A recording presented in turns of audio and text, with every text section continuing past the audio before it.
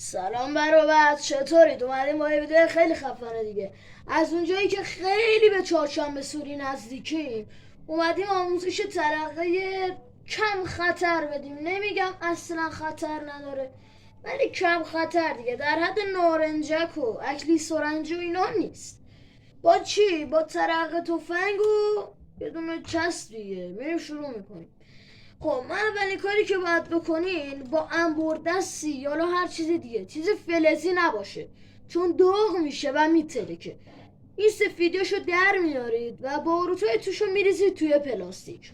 اوکی، خیلی حتما توجه کنید که چیز فلزی مثلا مثل سوزن و اینا در نیاره. با انبردست یا دنباریک چیز اوکیه.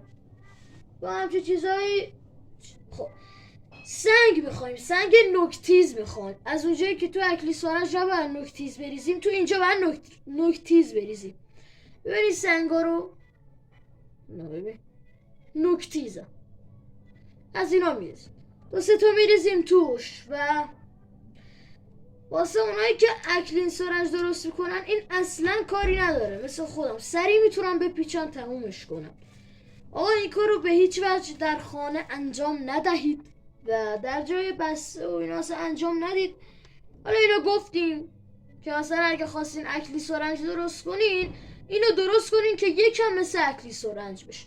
چسبتون رو برمیدارین، اینجا آماده میکنین چسب رو و اینو که دیگه بیشتریاتون بلدین مثل اکلی سرنج. اینو اینطوری میکنی و به این صورت اینطوری ببینی کم تکونش میدین، زیاد نه یا اون میترکه و میپیچینش.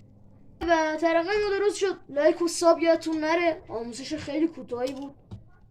لایک و ساب یادتون نره، کامنت انگلیسی بذاری ساباتون نپره. خیلی ممنون، فعلا پیس.